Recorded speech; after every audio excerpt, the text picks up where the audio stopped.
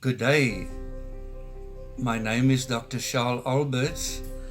I want to start off by thanking the International Society for Dialogical Science for giving me the opportunity to present something of my work to the community. I'm attached to the University of Fort Hare in the Eastern Cape province of South Africa, and I want to mention that Fort Hare was historically one of the oldest African universities on the continent. Two of the prominent names that come up, or students that have studied at Fort Hare many years ago, were Nelson Mandela and also Oliver Tambo.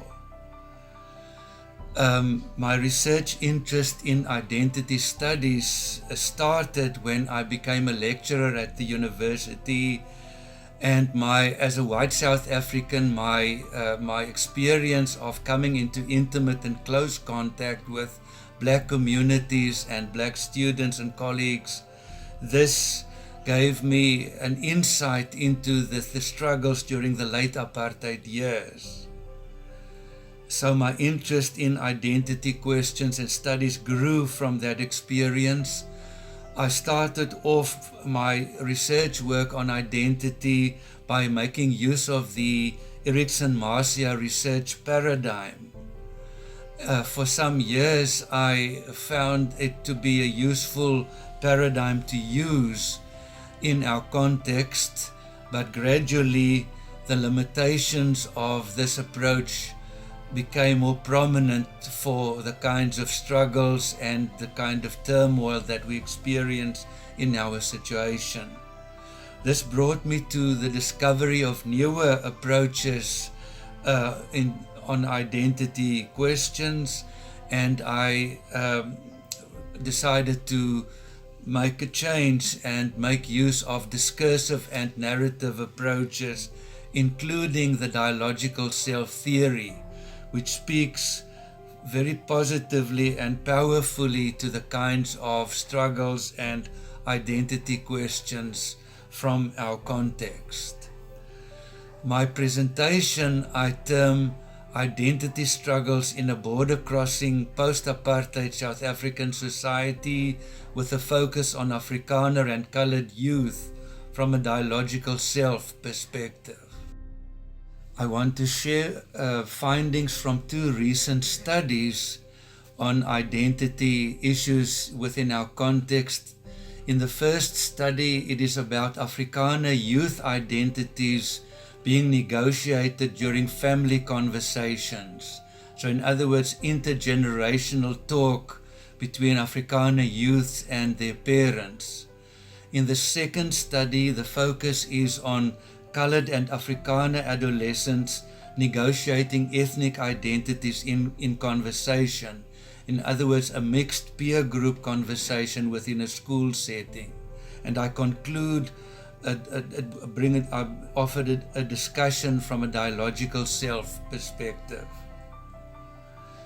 Limited research have been conducted on the so-called born freeze in the South African context. In other words, young people being born at the time of the birth of the new society. In other words, the adults and leaders of tomorrow, and how they are managing transformation at present and making sense of themselves and others in the post-colonial setting. The presentation focuses on the two recent studies, as I've said, which both conceptualized identity as discursively produced in conversation, utilizing the dialogical self theory as theoretical framework. I conducted focus group discussions for data collection, and I analyzed transcribed texts discursively and rhetorically. So in the first study, I investigated the identity negotiations between Afrikaner adolescents and their parents during family conversations on their identities of being Afrikaans and white in the contemporary situation. It emerged from the analysis that multi-voiced Afrikaner young people enacted a heterogeneity and complexity of identities of Afrikaners in dialogue with their parents. Now, 3 scenarios were identified. I want to term the first one threatened Afrikaners. The analysis indicated that Afrikaner adolescents and their parents collaborated in producing identities of threat and apartheid-style Afrikaners in conversation. From the position of the dialogical self theory, threat seems to be a prominent voice or I position in the landscape of the minds of the youthful Afrikaner voices and their parents. The family context became a social space where voices and identities of threat were communicated and reproduced. We know that threatened and monological selves are often not open to dialogue with others and themselves. The second scenario, contestation. During the family conversations, forms of contradiction, contestation, and discursive struggle emerged in the dialogue between youthful Afrikaner voices and their parents. I have the example of Johanna, a youthful voice who said in the family conversation, "Now, if I have children one day, I feel I must raise my children in English." Now, this brought about interesting debate and discussion within the conversation, where the father would ask, "Is it out of practical viewpoint because you feel that the world is like predominantly English?" And later he said, "Are you ashamed of Afrikaans?" The third scenario, transcendence. Afrikaner adolescents also transcended identities of hegemonic Afrikanerness and threat cultivated in the apartheid past in the dialogue with their parents. There is the example of Bernice, one of the youthful participants, where she said during the interview, "Actually, the majority of my friends consist of people of color. I'm very good friends with not just Coloureds, but many of my good friends are blacks." Now, Bernice positions herself in such a way that the relationship with the other is characterized as friendship. It was seldom found that the parents would describe their relations with black South Africans in this particular way. The focus of the second study was on how Afrikaner and Coloured adolescents are negotiating ethnic identities in dialogue, in other words, a mixed peer group conversation in a secondary school setting. In other words, how are Coloured, formerly oppressed and marginalized group, and Afrikaners, previously privileged, how are they making meaning jointly in conversation regarding their ethnic identities? 5 focus group discussions were conducted with participants between the ages of 15 and 18 years of age. The multicultural school setting was overwhelmingly constructed as a positive space where participants encountered fellow learners in an enriching way. Comments by Kathy, a coloured girl of 16 years of age, is illustrative. "I have friends from almost every racial group. I have white friends, I have my coloured friends, and I have black friends. I have a whole variety of friends from different races, and I like them equally because they are all good people. Their personalities, despite the color of their skins, like what is inside, is what is most important." However, there were nuances in terms of openness, levels of intimacy and freedom emanating from the texts. Afrikaners, to a greater extent, seemed to be restricted by collective voices from the family and culture. Discourse by Jannie, Afrikaner boy 16 years of age, is significant. There are many parents that are against the idea that their child has a black friend.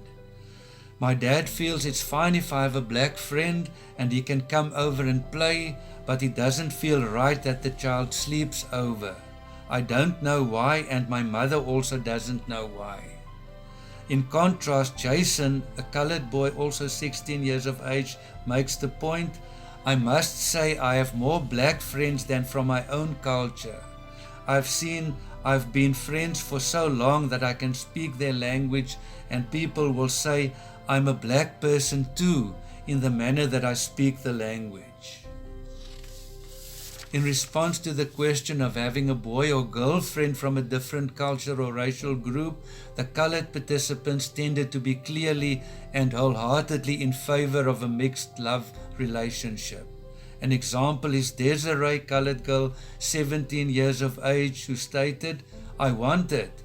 My grandmother told me it doesn't matter what your color is, as long as the person treats you right, as long as the right feelings are present, if there is love for each other and stuff. None of the Afrikaner participants were unreservedly and wholeheartedly in favor of a mixed love relationship. Their discourse was contradictory, uncertain, tension-filled, and complex. An overwhelming majority of participants of both groups were critical and condemning of the apartheid system that was in place in South Africa. Despite this conclusion, subtle differences emerged from the discourse. Colored adolescents criticized the apartheid era from the position of being indirectly a victim through being rooted in communities who were disadvantaged and discriminated against based on color. The colored participants were free, unreserved, and unashamed in their condemnation of the apartheid system in their discourse. The discourse of Afrikaner adolescents on apartheid was diverse and complex. What is clear from the text is that apartheid appears to be a burden for Afrikaner adolescents in their identity struggles in the post-apartheid society. The talk by Magda, Afrikaner girl, 16 years, makes the point, yes, it's like things that happened donkey years ago under apartheid, and it comes back now and it falls on the shoulders of the children of today. That is just wrong. Afrikaner adolescents criticize and protest against the generation of leaders that instituted and upheld the apartheid dispensation in the past, but also the fact that they are implicated and having to carry the stigma of a discredited system of past generations. The colored adolescents are not sitting with this burden. Concluding discussion from a dialogical self-interpretation, both colored and Afrikaner adolescents offered narratives and identities saturated with struggles, dilemmas, contradictions, tensions, and threats in managing social transformation. The desegregated school context where young people are meeting at the interface of cultures seems to have become for both groups a social space where boundaries are indeed crossed. Both colored and Afrikaner adolescents have shown contradictions and tensions in their narratives in terms of being partly trapped in the past, but also transcending the past and realizing identities of living constructively in the post-colonial society. The discourse of Afrikaner adolescents in conversation with both parents and colored peers revealed dominant influences of cultural and family voices and producing identities of threat and separation in the new society. However, the talk of Afrikaner adolescents in both studies also showed transcendence of discourses of threat and apartheid-style Afrikaansness and demonstrating third position developments.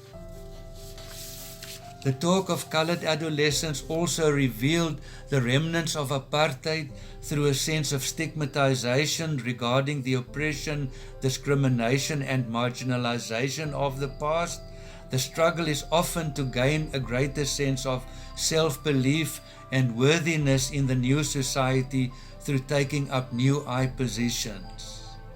From the discourse of the colored adolescents, it became evident, particularly in contrast to Afrikaners, to what extent they are more free and unaffected by apartheid baggage in terms of the rules, laws, and conventions of separation, and the positive sense of freedom relating to their others, both black and white. Both Afrikaner and colored adolescents were often direct, open, and sometimes hostile in their criticism of the new dispensation. They were critical of what they perceived as black advancement at the expense of minority groups. It was particularly the Afrikaner adolescents, but not exclusively, who constructed the option of leaving South Africa after school and seeking a future elsewhere. It can be argued that the choice of leaving the country is also a choice against choosing the dialogical way of living and crafting a better future in your own context, full of challenges and dilemmas. It became evident that the black other was a silent companion or observer in the talk of colored and Afrikaner adolescents in the study, and clearly an external I position or voice in the psyche of Afrikaner and colored adolescents. It would be fruitful to include black adolescents in studies of this nature in the future. In conclusion, a complexity of voices of being Afrikaans and colored emerged in the conversations in the post-colonial rural setting, varying between senses of dislocation through to transcending the past and constructing new identities of participating citizenship in the democratic South African society. I thank you.